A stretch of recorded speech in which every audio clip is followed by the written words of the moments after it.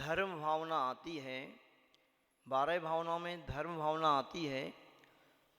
जाचे सुर तरु देह सुख चिंतति चिंतारेण विनयाचे विन चिंतये धर्म सकल सुख चैन। ये राजा राणा वाली जो 12 भावना हैं, बहुत सारे लोगों को ये 12 भावना याद भी होगी और प्रतिदिन पढ़ते भी हैं, किंतु इस पंक्ति के अर्थ पर शायद ध्यान आपका नहीं जाता होगा। यहाँ पे क्या कहा जा रहा है? जांचे सुरतरु देह सुख चिंतत चिंतारेण, यानी जो कल्प वृक्ष रहता है, उस कल्प वृक्ष के सामने जब हम याचना करते हैं तो वो कल्प वृक्ष जो आपको चाहिए दे देता है। उस चिंतामणि रत्न होता है, उस चिंतामणि रत्न के सामने आप चिंतन करो तो जो आपको चाहिए वो मिल जाता है। किंतु ये धर्म रूपी कल्प वृक्ष ऐसा वृक्ष है कि आप कुछ मांगना ही नहीं, आपको बिन मांगे सब कुछ ये देता है। ऐसा ये धर्म होता है। और भी कहा है, धर्म करत संसार सुख धर्म करत निर्वाण धर्म पंथ साधे बिना नर त्रियंच समान। त्रियंच में वो मनुष्य में यही अंतर है कि त्रियंच जिस रूप में उस धर्म को ग्रहण करना चाहिए वो ग्रहण नहीं कर पाता है, किंतु मनुष्य उसको ग्रहण कर पाता है। किंतु बहुत सारे लोग इस धर्म की परिभाषा को नहीं समझते हैं और धर्म करने से दूर रहते हैं। किंतु हमारा कहना है कि इस धर्म की परिभाषा को आप बहुत अच्छे से समझिएगा और करो। अंतिम सम्राट चंद्रगुप्त मौर्य हुए हैं जिन्होंने मुनि दीक्षा लेकर के, जिन धर्म के अनुसार दिगंबरी दीक्षा को लेकर के तपस्या की। उन्होंने एक बार स्वप्न देखे कुछ। उस स्वप्न में एक स्वप्न आया था कि इस कलिकाल में, इस पंचम काल में एक रथ को 2 युवा बैल खींच रहे हैं, तरुण बैल खींच रहे हैं।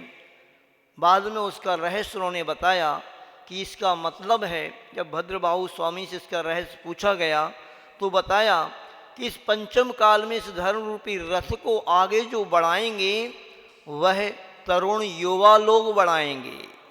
युवा लोग, जवान लोग इस धर्म रूपी रथ को आगे बढ़ाएंगे।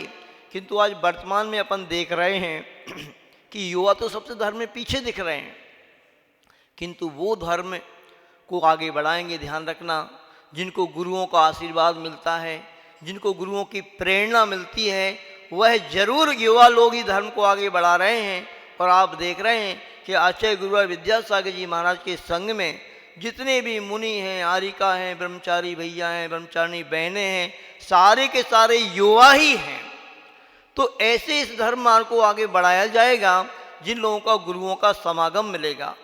मैंने देखा है कि चातुर्मास वगैरह में हम जहाँ भी पाठशालाएं पढ़ाते हैं, विशेष रूप से मैं ही पाठशाला पढ़ाता हूँ, और उन बच्चों की बुद्धि को देखता हूँ कि वो बच्चे कितने अच्छे से सीखते हैं। तो बात मुझे याद आती है कि जैसे आचार्य गुरुवर विद्यासागर जी महाराज को उनकी माँ ने जो संस्कार दिए थे, और एक बार पूछा गया बालक विद्याधर से, जब वो मंदिर में पहुँचे, एक महाराज ने पूछा कि क्यों विद्याधर, घर से मंदिर तक आने में कितना समय लगता है?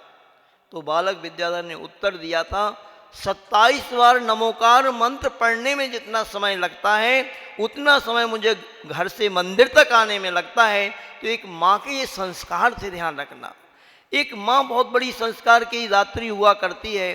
कहते हैं 100 शिक्षक मिलकर के भी जो संस्कार नहीं दे सकते हैं वो एक माँ दे सकती है, और जो 100 माएँ भी संस्कार नहीं दे सकती हैं वह एक गुरु दे सकते हैं। ध्यान रखना। तो गुरु का समागम जिसको मिलता है, मैंने देखा उस पाठशाला में जो बच्चों को पढ़ाता हूँ, शादरा में हम लोग थे, एक बच्चे ने, 8-10 साल का बच्चा होगा, जो शांति धारा में पढ़ता हूँ ना, मुझे याद नहीं है, उस बच्चे ने पूरी की पूरी शांति धारा याद कर ली। तो ये बच्चों के अंदर संस्कार आते हैं। यदि बच्चों के अंदर अच्छे संस्कार आते हैं तो ये धर्म की परंपरा आगे बढ़ेगी। इसी मंगल भावना को सोचते हुए दिल्ली में प्रतिवर्ष नैतिक शिक्षा शिविर लगा करते थे, किंतु ये लॉकडाउन के चलते हुए शिविर अभी लग नहीं पा रहे हैं। ऋषभ विहार दिल्ली में पाठशाला बहुत अच्छे से चलती है, सूर्य नगर में भी बहुत अच्छी पाठशाला चलती है। वहाँ के टीचर लोगों ने निवेदन किया मुझसे कि महाराज आप कोई ऐसा शिविर लगा लें, ऑनलाइन जूम वगैरह के माध्यम से शिविर लगाएं तो महाराज जी बच्चों के लिए कुछ संस्कार मिल जाएंगे। तो मैंने उनकी निवेदन को स्वीकार करते हुए हम सभी मुनि महाराजों ने सोचा कि ठीक है, और मन में भाव बनाया है कि यह शिविर लग जाए। ठीक है, कोई बात नहीं, इसके लिए हम आशीर्वाद देते हैं। तो ये शिविर अब लग रहा है, विद्योदय संस्कार शिविर। विद्योदय संस्कार शिविर गुरुवार 20 तारीख से लगेगा। इसमें 10 साल से लेकर के और भी आगे तक के कितने भी उम्र के लोग इस शिविर में सम्मिलित हो सकते हैं। इस शिविर के माध्यम से बहुत अच्छे अच्छे संस्कार बच्चों के लिए, बड़ों के लिए, सबके लिए दिए जाएंगे। और इस कोरोना महामारी के चलते हुए एक सुरक्षा कवच भी एक धर्म के रूप में आपको दिया जाएगा, मंत्र के रूप में दिया जाएगा कि आप अपनी सुरक्षा इस समय कैसे कर सकते हैं, क्योंकि सबसे बड़ा सुरक्षा कवच तो धर्म ही है। जिसके जीवन में धर्म रहेगा, ध्यान रखना, उसका कभी कुछ बिगड़ नहीं सकता है। तो ऐसे इस धर्म को समझते हुए धर्म को ग्रहण करें। ये शिविर कब से लगेगा, कितना इसका समय रहेगा, इसकी और जानकारी आपको कल दे दी जाएगी। किंतु ये तय हो गया है 20 तारीख गुरुवार से, यह अभी आने वाली कल परसों जो है 20 तारीख गुरुवार से शिविर प्रारंभ हो रहा है। सभी लोग इस शिविर में अपना रजिस्ट्रेशन करा सकते हैं। और धर्म की परिभाषा, धर्म के संस्कार, क्योंकि पहले एक ज़माना हुआ करता था जब अंग्रेज़ों का आना भारत में नहीं हुआ करता था, उस समय जो स्कूल रहते थे ना, स्कूल ही पाठशाला कहलाते, ध्यान रखना। पूरे भारतवर्ष में जो भी स्कूल थे वो पाठशाला के नाम से चलते थे।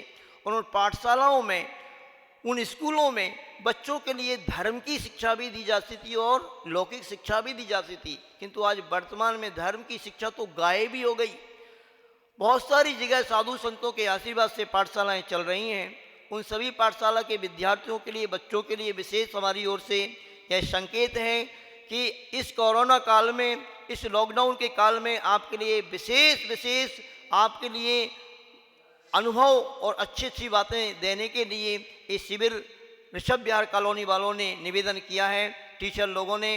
तो उनकी भावना को हमने स्वीकार कर लिया है और हमने कि अपना स्वाध्याय का समय हम आगे पीछे कर लेंगे, किंतु बच्चों के लिए समय देंगे, क्योंकि बच्चों के माध्यम से ही इस धर्म की परंपरा आगे चलना है। यदि वर्तमान में बच्चे संस्कारित हो जाते हैं, ध्यान रखना, तो वह माता पिताओं से कहना है कि यदि बच्चे संस्कारित हो गए तो वो, क्योंकि आप लोग तो क्या कर रहे हो संस्कार के नाम पर, आप संस्कार के नाम पर बच्चे के बर्थडे पर मोबाइल दे रहे हो, और मोबाइल और टीवी ये दोनों ऐसे अस्त्र हैं, शस्त्र हैं बच्चों के संस्कारों को कुचलने के लिए।